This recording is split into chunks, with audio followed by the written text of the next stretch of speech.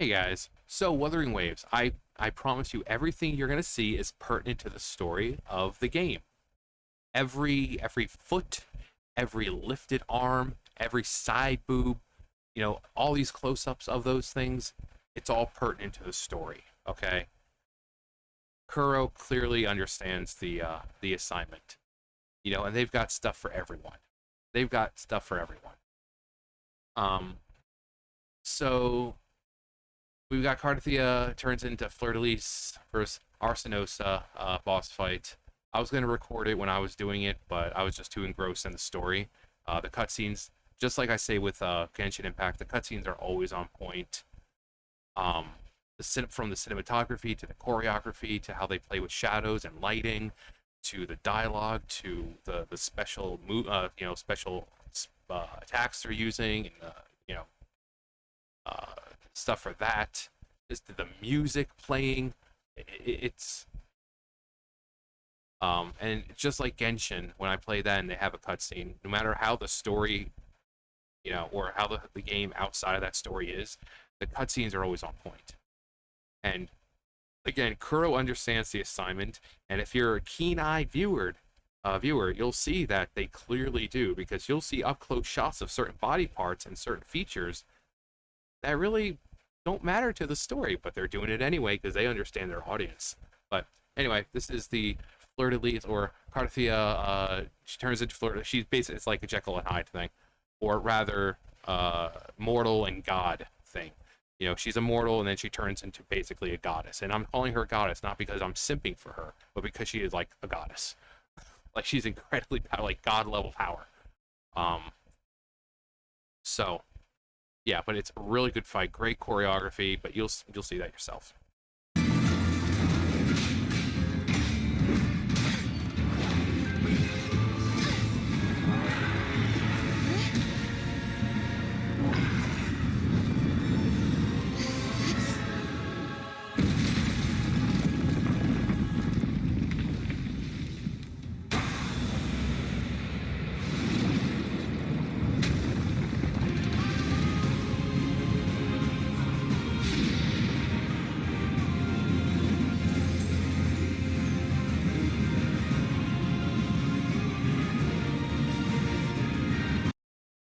I'm telling you, it's all pertinent to the story. This is all important stuff. Make sure you're taking notes.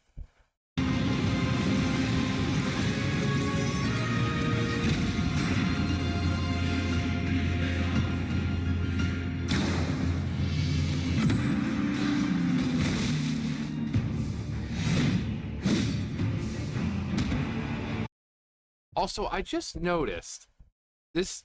She's in armor, or presumed to be armor. How's her chest jiggling? Or is it not actually armor? Is it just skin? Like, I mean, I would assume because it has the same style as this, so I would assume you can see right there. So this is a breastplate. So how's her chest jiggling in a breastplate?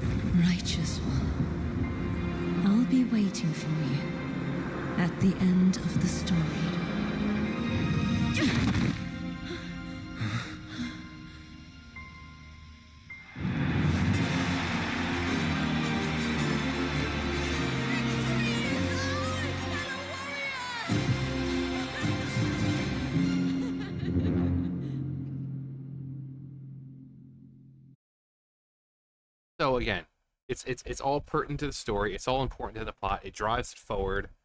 Um, but clearly they understand the assignment. If you're a person who likes uh smaller, kind of very reserved girls, they got you covered. If you like big, strong, dominant dommy mommies, they got you covered.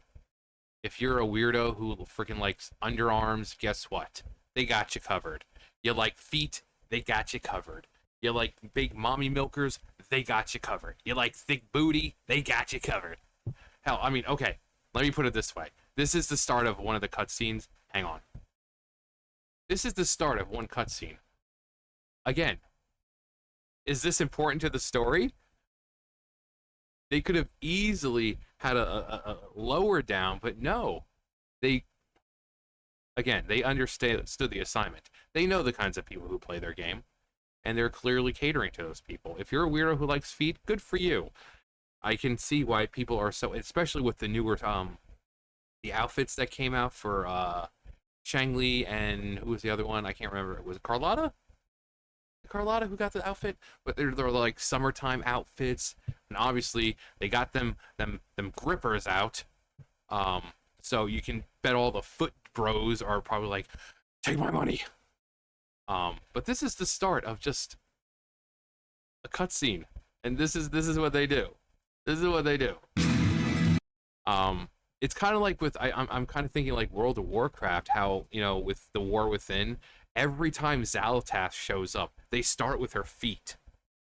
It's like Blizzard, put the grippers away. Like they changed her name from Xal'atath to Xalatos because every time you see her, they are constantly showing her feet.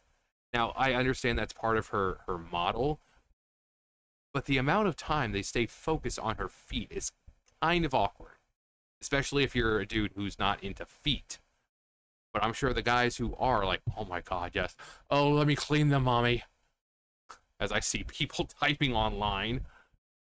But I'm sitting there, it's like, I don't get it. And for Blizzard, that's not the first time. They had an entire character for, was it Overwatch 2, where they promoted through her feet. Like, hey guys, look who's got their grippers out. And it's like, really, Blizzard? You're pandering to those people. But apart from that, like I said, it's like a Jekyll and Hyde thing. She goes from very quiet and reserved and unsure of herself to this strong, confident goddess who likes to flash her features. Very cold and but confident, obviously, because how powerful she is. Why wouldn't she be confident? And actually, this kind of reminds me. This one right here. This is almost like shot, well, not shot for shot, but same way they introduced Xal'atath, or one of the scenes with Xal'atath. I think it's the, was it the Dalaran or the one with Illyria? But this is, she comes down. Hang on, I need to see it. I need to find which. I can't remember if it's the Dalaran scene or the one where they're trying to escape and Anduin's there. And hang on. Yeah, this cutscene with they're trying to escape and everyone's jumped off and Illyria stays behind. As like clearly they know what they're doing here. Clearly they know. But like I said, also how again it's supposed to be armor, right? How is their chest jiggling like that? Last time I saw breastplates aren't made of jiggle physics; they're made of metal. Metal doesn't jiggle like that. But I mean, it's a really cool design. I like the almost like gloom, malice type aura flowing off of it for people who want Tears of the Kingdom or Breath of the Wild. Like I said, the choreography, the cinematography, the flashing between Fleurdelys and Rover. How I love that. How they're kind of showing them simultaneously. And then, she just decides that, what, I'm done with this. I had fun, but I'm just gonna fucking, again, pertinent to the plot. She just decides to just annihilate. You know, freaking blade of God. You can see how easily she could have ended it. One strike and just boom, like again, she's a goddess, and it's not because I'm simping for her; it's because she's a goddess. But the cinematography is even if the cutscenes rather boring. Like I've seen some more like actiony cutscenes in the game that are kind of like, not as flashy, but they're still really good. The music is good. But it's our new companion that we were fighting alongside with. She's pretty cool. But yeah, the story was pretty cool. Like I said, we spent a lot of the time in just like the the arena. I mean, you're supposed to. I just kind of explored the area, unlocked all the waypoints, and got all the as many of the treasure things as because you can find the chests. It's like, oh, find 4 chests, and that's what I was kind of doing. I was kind of trying to unlock all that stuff and going to a little plushy village and handing the stuff in for them. It's a beautiful area. It really is. But I'm still pulling for her. I think I should get her fairly soon. I usually get the characters, like new characters, within like a week, even though I'm just kind of doing stuff out in the world and single pulls and all that. I usually get them in about a week. So I pulled quite a bit already, so I should be getting her soon enough, which because she's a really cool character. Going between, two different types of styles and all that. It's really cool. I really like what they did with her character. Not sure how I feel about her being arrow when she's clearly using water, but you know, um, like just look at this shot. It's just like every single shot seems to be like, you could just wallpaper stuff, you know? Like every single shot. It's just like you could just right on your background and all that. Except for that, maybe. I mean, that looks really cool. This is like basically, well, actually no. I wouldn't say it's Archon level. Because I'm thinking about Genshin and how the Raiden Shogun did something similar, and she managed to cut the gorge completely clean in half. Like, 500 years ago, the whole thing with Conria, she was fighting Urabashi, and she managed to cut the entire gorge in half. And even then, after 500 years, her power is still there. Like, the water and every area in the gorge is still electrified because of the power she used. So, I mean, I'm guessing she's controlling it.